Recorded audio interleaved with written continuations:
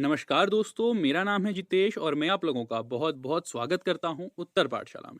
तो दोस्तों, काफ़ी दिलचस्प एक कैबिनेट का अप्रूवल आया है केंद्रीय मंत्रिमंडल का नरेंद्र मोदी जी की अध्यक्षता में, जिसमें कहा गया है कि भारत में एनआरए यानी कि नेशनल रिक्रूटमेंट एजेंसी बनाई जाए, जो कंडक्ट कराएगा सीईटी एग्जाम यानी कि कॉमन एलिजिबिलिटी टेस्ट एग्जाम को वो कंडक्ट कराएगा। तो दोस्तों, अब किसी भी एग्जाम को देने के लिए हमारी पात्रता यानी कि जो सीईटी एग्जाम है वो हमारी एक पात्रता निर्धारित करेगा कि हम जो नेशनल रिक्रूटमेंट एजेंसी के अंडर जिन एग्जामों को लिया जाएगा, जब तक हम कॉमन एलिजिबिलिटी टेस्ट को पास नहीं करेंगे हम उन एग्जामों को नहीं दे सकते। तो दोस्तों, अब इस वीडियो में हम लोग डिस्कशन करेंगे कि एनआरए का जो गवर्नमेंट ने स्टेप लिया है वो कैसा स्टेप है, उससे स्टूडेंट को क्या बेनिफिट रहेगा, उससे गवर्नमेंट को क्या बेनिफिट रहेगा। और ये वीडियो देखने के बाद दोस्तों आप लोग हमें कमेंट बॉक्स में बताएंगे कि गवर्नमेंट ने जो स्टेप लिया है वो एक सही स्टेप लिया है या कैसा, आपको कैसा वो स्टेप लगता है वो आप हमें कमेंट बॉक्स में बताएंगे। तो चलिए दोस्तों, शुरू करते हैं नेशनल रिक्रूटमेंट एजेंसी पर उत्तर पाठशाला का टॉपिक एनालिसिस। तो स्टार्ट करते हैं एक ट्वीट के साथ जो कहा गया है यूनियन मिनिस्टर प्रकाश जावड़ेकर के द्वारा। उन्होंने कहा कि union cabinet approves setting up of national recruitment agency to conduct common eligibility test. The decision will benefit job seeking youth of the country. तो इसमें कहा गया है कि जो यूनियन कैबिनेट है उसने नेशनल रिक्रूटमेंट एजेंसी को बनाने के लिए जो मंजूरी है वो दे दी है, और ये क्या कराएगी, कॉमन एलिजिबिलिटी टेस्ट कराएगी जो हमारे देश के जितने भी युवा हैं, जो जॉब ढूंढने वाले जितने भी युवा हैं उनको क्या करेगी, बेनिफिट देगी। तो देखते हैं दोस्तों आगे के एनालिसिस को। तो दोस्तों, नौकरी के लिए युवाओं को बहुत सारे टेस्ट देने होते हैं, ये तो सभी को पता ही है। तो इसे समाप्त करने के लिए सरकार ने एक ऐतिहासिक फैसला लिया है। इसके लिए नेशनल रिक्रूटमेंट एजेंसी बनाएगी है। यह संस्था कॉमन एलिजिबिलिटी टेस्ट लेगी, जो हमने पहले बात कर चुके हैं।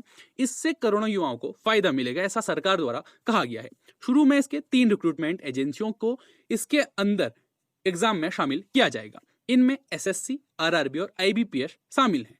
बात करें एसएससी की, जो स्टाफ सिलेक्शन कमीशन होता है वो विभिन्न मंत्रालयों और विभागों के लिए स्टाफ रिक्रूट करता है। वहीं आरआरबी यानी कि भारतीय रेल में रिक्त पदों की जो भर्ती होती है वो रेलवे रिक्रूटमेंट बोर्ड यानी कि आरआरबी करता है, और आईबीपीएस के जरिए बैंकों में भर्ती की जाती है। मतलब कि अभी नेशनल रिक्रूटमेंट एजेंसी के अंदर जो एग्जामों को लिया गया है वो सिर्फ 3 एग्जाम को लिया गया है, जो कौन कौन से, एसएससी है, रेलवे है और आईबीपीएस।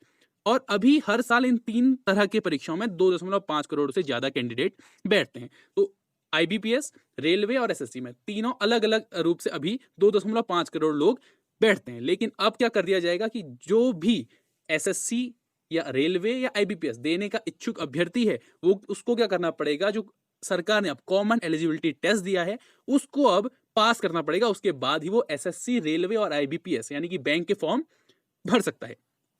आगे देखते हैं, नेशनल रिक्रूटमेंट एजेंसी इन 3 एजेंसियों के लिए ऑनलाइन इम्तिहान आयोजित कराएगी। यानी कि एसएससी, रेलवे और बैंकिंग के लिए जो नेशनल रिक्रूटमेंट एजेंसी है वो ऑनलाइन एग्जाम आयोजित करेगी, जिसमें ये टीयर 1 एग्जाम होगा। यानी कि जैसे हमारा प्री एग्जाम होता है वैसा ये एग्जाम होगा। ये परीक्षाएं 12 भाषाओं में आयोजित की जाएंगी और इसमें आगे क्षेत्रीय भाषाओं को शामिल किया जाएगा। मतलब अभी इसमें 12 भाषाएं हैं और आगे फ्यूचर में और भी क्षेत्रीय भाषाओं को इसमें शामिल कर दिया जाएगा। और अभी हर एग्जाम का करिकुलम अलग अलग है, यानी कि बैंकिंग का अलग है थोड़ा सा, रेलवे का थोड़ा सा अलग है और एसएससी का लगभग अलग है, लेकिन जो उनका लेवल है वो अभी सेम है। तो उसी को मद्देनजर रखते हुए इस एग्जाम को सरकार कंडक्ट करा रही है। अब इस एग्जाम का जो स्कोर होगा वो 3 साल के लिए मान्य होगा। तो मान लीजिए कोई भी अभ्यर्थी 2020 में अगर उस जो कॉमन एलिजिबिलिटी टेस्ट एग्जाम है उसको अगर निकालता है, पास करता है, तो जो उसके जो मार्क्स होंगे वो 2023 तक के लिए मान्य होंगे। तो 3 साल के लिए मान्य होंगे और कैंडिडेट्स के पास अपने स्कोर को सुधारने का मौका होगा। अब जो ये लाइन है, कैंडिडेट के पास अपने स्कोर को सुधारने का मौका होगा। मान लीजिए मेरे 2020 में आगे 76 मार्क्स आ गए। अब मेरे को लगता है कि वो मेरे लिए कम है, अब मेरे को उसमें सुधार करना है, तो मैं 2021 में दोबारा से पेपर दूंगा और मान लीजिए मेरे उसमें 78 मार्क्स आ गए। पहले थे मेरे 76, अब 78 आ गए। तो मेरे में क्या होगा, अब मैं किसी भी चीज का अगर फॉर्म भरूं तो मेरे जो हाईएस्ट मार्क्स हैं उनको नोट किया जाएगा, जो मेरे पिछले मार्क्स हैं उनको नोट नहीं किया जाएगा। ठीक हो गया। तो कैंडिडेट के पास जो अपने स्कोर है उसको सुधारने का भी इसमें मौका होगा। अब जानते हैं कि जो नेशनल रिक्रूटमेंट एजेंसी है क्या। अब जो सोसाइटी एक्ट के तहत एनआरए एक स्वायत्त संस्था होगी, जो सोसाइटी एक्ट की तरह बनाई गई है। नेशनल रिक्रूटमेंट एजेंसी एक स्वायत्त संस्था होगी और यह कॉमन एलिजिबिलिटी टेस्ट यानी सीईटी का आयोजन कराएगी, ये हम देख चुके हैं। और सीईटी एक ऑनलाइन एग्जाम होगा। हर जिले में कम से कम एक एग्जाम सेंटर होगा। ये बहुत अच्छी चीज कर दी है दोस्तों। इसमें ये कहा गया है कि सीईटी के अंदर जो सीईटी के एग्जाम होंगे वो अपने अपने जिले में होंगे, यानी कि जिस भी जिले से आप बिलोंग करते हैं उस जिले में जो नेशनल रिक्रूटमेंट एजेंसी है उसका एक सेंटर होगा जिसमें आप सेंट्रल एलिजिबिलिटी टेस्ट को देंगे। आगे देखते हैं।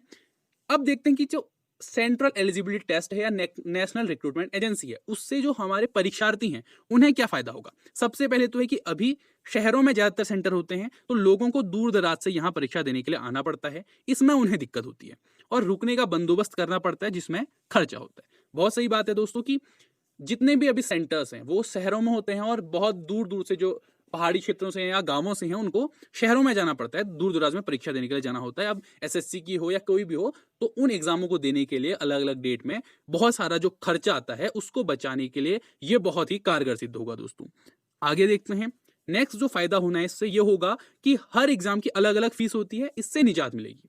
कॉमन परीक्षा देने के लिए एक फीस देनी होगी। मान लीजिए अब आप अभी तो इसमें 3 एग्जाम दिए हैं तो तीनों एग्जाम की हम बात करते हैं, एसएससी, रेलवे और बैंकिंग। अगर आपने 3 एग्जाम भरने हैं तो तीनों एग्जाम की आपको अलग अलग फीस देनी होगी। मान लीजिए 1000 का भी एक फॉर्म मानते हैं तो 3000 रुपए का आपको 3 फॉर्म भरने होंगे, लेकिन अब ऐसा नहीं करना होगा। अब आपको जो नेशनल एलिजिबिलिटी टेस्ट है उसके लिए जो फीस निर्धारित सरकार द्वारा की जाएगी सिर्फ आपको एक फीस देनी होगी। ठीक हो गया। और अगला फायदा क्या होगा कि ग्रामीण कैंडिडेट्स को सबसे ज्यादा इसमें फायदा होने वाला है, क्योंकि परीक्षा देने के लिए उन्हें शहरों तक नहीं आना पड़ेगा, वे पास में ही परीक्षा दे सकेंगे। जैसा हमने पहले डिस्कशन किया कि हर जिले में अपना एक क्या होगा, सेंटर होगा। तो जो ग्रामीण कैंडिडेट हैं उनको सबसे ज्यादा फायदा होना ही होना है, तो शहरों को नहीं जाना पड़ेगा, अपने जिले में ही उनका क्या हो जाएगा, पेपर हो जाएगा, जिससे उनका खर्चा भी बचेगा, टाइम भी बचेगा। आगे देखते हैं। अब इससे अगला फायदा होना है कि कई बार जो एग्जाम की डेट है वो क्लैश हो जाती है और फैसला लेना पड़ता है कि कौन सा एग्जाम दें कौन सा नहीं। अब इस तरह की स्थिति का सामना नहीं करना पड़ेगा। यानी कि अब मान लीजिए मेरा कोई एग्जाम है, मान लीजिए मेरा रेलवे का एग्जाम है और मेरा बैंक का एग्जाम है, दोनों एक ही डेट पे आ गया। अब मेरे को ये चूज करना पड़ेगा कि मेरी किसकी ज्यादा तैयारी है, मेरे को उसका पेपर देने के लिए जाना पड़ेगा। लेकिन कॉमन एलिजिबिलिटी टेस्ट या नेशनल रिक्रूटमेंट एजेंसी जब अब बन गई है तो अब इस तरीके की जो कंडीशन हमारे सामने आती है वो नहीं होंगी। क्योंकि बैंक, आरआरबी, एसएससी तीनों के लिए हमको एक एग्जाम देना है, तो तीनों की अब डेट क्लैश होने की तो बात ही नहीं आती। तीनों का हमने एक एग्जाम देंगे तो डेट क्लैश होने की कोई भी संभावना ही नहीं पड़ती। तो ये इसका भी स्टूडेंट को बहुत ज्यादा फायदा होगा। नेक्स्ट अगर हम फायदा देखें तो होगा कि इंफ्रास्ट्रक्चर की कमी से समस्या से भी जूझना होगा। अलग अलग परीक्षा आयोजित करने के लिए उतने ही ज्यादा इंफ्रास्ट्रक्चर की जरूरत होती है और कॉमन परीक्षा से इसमें राहत मिलेगी। तो जी हाँ दोस्तों, इंफ्रास्ट्रक्चर की कमी जो भारत में बहुत ज्यादा है उससे भी कॉमन परीक्षा जो इसमें कराई जाएगी, कॉमन एलिजिबिलिटी टेस्ट, उससे भी इसमें राहत मिलेगी। नेक्स्ट अगर देखें तो इससे ट्रांसपोर्टेशन और लॉजिंग का खर्च भी बचेगा। जैसा कि पहले ही बताया गया कि लोगों को दूर दूर के सेंटर में आना पड़ता है, इसके लिए उन्हें सेंटर के पास रहने का बंदोबस्त करना पड़ता है। अब ऐसा नहीं करना पड़ेगा। मान लीजिए आप गांव से शहर में गए तो शहर में आपको होटल का खर्चा देना पड़ेगा या किसी के कहीं भी आप जो रहने ठहरने का जो आपका खर्चा होता है वो आपको देना पड़ेगा, लेकिन अब वो खर्चा भी बच जाएगा। तो स्टूडेंट के लिए ये भी बहुत बेनिफिशियल है। नेक्स्ट बात करें तो हर एग्जाम का कैरिकुलर अलग अलग होने से अलग अलग तैयारी करनी पड़ती है। बहुत सही बात कही है दोस्तों इसमें। अब ऐसा नहीं करना पड़ेगा। तो जी हाँ दोस्तों, अगर मैं मान लीजिए मैं एसएससी की भी तैयारी करना चाहता हूँ, मैं रेलवे की तैयारी करना चाहता हूँ, मैं बैंकिंग की तैयारी करना चाहता हूँ, लेकिन मेरा क्या है, सिलेबस सभी का क्या है, अलग अलग है। तो मेरे को उस बैंकिंग का सिलेबस अलग पढ़ना पड़ेगा, मेरे को रेलवे का सिलेबस अलग पढ़ना पड़ेगा और एसएससी का सिलेबस अलग पढ़ना पड़ेगा। तो अब जब कॉमन एलिजिबिलिटी टेस्ट अब लागू हो चुका है तो ये वाली जो कंडीशन है वो नहीं आएगी। अब हमें एक ही डायरेक्शन में अपनी तैयारी को ले जाना पड़ेगा और रिक्रूटमेंट की प्रक्रिया में लगने वाला लंबा वक्त भी कम हो जाएगा। अब जो होगा कि रिक्रूटमेंट जो लंबा समय लगता है वो भी कम होगा। ये भी स्टूडेंट के लिए बहुत बेनिफिशियल पॉइंट है। अगला पॉइंट है कि सुदूर इलाके के लोगों को 24/7 हेल्पलाइन उपलब्ध कराई जाएगी। तो जो नेशनल रिक्रूटमेंट एजेंसी द्वारा जो दूर दराज के लोग हैं उनको 24/7 हेल्पलाइन उपलब्ध कराई जाएगी, जिससे ये लोग जो इनके एग्जाम है उसके बारे में क्या इंफॉर्मेशन ले सकते हैं। तो ये भी बहुत अच्छा जो स्टूडेंट के हक की बात कहे, ये एक अच्छा पॉइंट है। ये तो रही जो स्टूडेंट के फेवर में बात। अब देखते हैं कि गवर्नमेंट को इससे क्या फायदा है। बात करें सरकार को इससे फायदे की तो अभी 20 से अधिक रिक्रूटमेंट एजेंसी हैं, ये अलग अलग परीक्षाएं आयोजित कराती हैं। फिलहाल 3 एजेंसियों को एनआरए में शामिल किया गया है, आगे चलकर और भी एजेंसियों को इसमें शामिल किया जाएगा। तो सरकार ने कहा है दोस्तों कि अभी तो सिर्फ इसमें एसएससी, रेलवे और बैंकिंग को लिया गया है, लेकिन आगे चलकर इन फ्यूचर हम इस जितने भी हमारी जो रिक्रूटमेंट एजेंसियां हैं उनको भी हम इसमें शामिल करेंगे। तो हम उम्मीद लगा सकते हैं कि जो आने वाले फ्यूचर में जैसे यूपीएससी का एग्जाम है या डीआरडीओ का एग्जाम है या कोई और एग्जाम है उनको भी इसके अंदर लाया जाएगा। नेक्स्ट है कि परीक्षाएं आयोजित कराने के लिए संस्थानों को काफ़ी तैयारी करनी पड़ती है, उससे भी निजात मिलेगी। तो जी हाँ दोस्तों, आप जो भी आपका एग्जाम का सेंटर होगा वहाँ भी बहुत सारी तैयारियां करनी पड़ती हैं, तो उससे भी अब उनको थोड़ा सा रिलीफ मिलेगा। और परीक्षाएं समान स्तर की नहीं होती हैं, इस तरह का अंतर खत्म करने में भी सहूलियत मिलेगी। नेक्स्ट फायदा गवर्नमेंट को होगा कि एग्जाम कंडक्ट कराने के लिए अभी वेन्यू बहुत कम है, तो कॉमन टेस्ट से इस समस्या को भी हल करने में मदद मिलेगी। तो जो अभी एग्जाम कंडक्ट कराने के जितने भी वेन्यू हैं वो कम है, जैसा कि अब हम अपने एनटीपीसी के एग्जाम को देख लीजिए, उसको अभी एजेंसी ना मिलने की वजह से एग्जाम नहीं हो पाया है, या अभी वेन्यू की कमी होने के कारण बहुत सारे जो होते हैं उनको रिक्रूटमेंट होते हैं वो लेट कर दिए जाते हैं, ताकि क्योंकि उन्हें क्या नहीं मिल पाते, वेन्यू नहीं मिल पाते। तो अब एनआरए के बाद ये जो कॉमन टेस्ट में इस समस्या का हल किया जा सकेगा। नेक्स्ट है कि इन्विजिलेशन के लिए स्टाफ की भी कम जरूरत होगी, ये परीक्षाएं ऑनलाइन आयोजित होंगी। ठीक हो गया, ऑनलाइन आयोजित में कंप्यूटर द्वारा ही सब चीज होगा, तो इन्विजिलेशन के लिए स्टाफ की जरूरत ना के बराबर होगी। इससे सरकार का खर्च कम होने की उम्मीद है, साथ ही परीक्षाओं में गड़बड़ी की आशंका को भी दूर करने में मदद मिलेगी। सरकार का खर्च कम होगा और जो जो लीक हमारे पेपर हो जाते हैं तो सरकार उसके लिए भी कुछ प्रावधान करेगी, जिससे गड़बड़ी की आशंका को दूर करने में भी क्या मिलेगी दोस्तों, मदद मिलेगी। तो दोस्तों और इससे क्या फायदे हैं वो देखें तो कॉमन रजिस्ट्रेशन एक पोर्टल बनाया जाएगा, इसी से परीक्षा के लिए आवेदन किया जाएगा। तो जो एक कॉमन रजिस्ट्रेशन पोर्टल होगा तो इसमें जो आपके मार्क्स होंगे वो ऐड होंगे। जैसे कि मान लीजिए हमने पहले अभी डिस्कशन किया कि हमको अपने मार्क्स को सुधारने का मौका मिलेगा, तो जैसे ही हम अपने मार्क्स को सुधारते हैं जो कॉमन रजिस्ट्रेशन पोर्टल है उसमें वो मार्क्स ऐड हो जाएंगे। ठीक हो गया दोस्तों। और क्या होगा कि एक क्वेश्चन बैंक होगा, परीक्षार्थी इसी से तैयार कर पाएंगे। तो इसमें एक कॉमन रजिस्ट्रेशन जो पोर्टल होगा उसमें क्या होगा, एक क्वेश्चन बैंक भी परीक्षार्थियों को दिया जाएगा, जिससे वो क्या कर पाएंगे, अपनी तैयारी कर पाएंगे। और नेक्स्ट चीज इसमें यही है कि सेंट्रल सर्वर बनाया जाएगा, एक सेंट्रल सर्वर बनाया जाएगा जो पूरे देश का एक सर्वर बनाया जाएगा।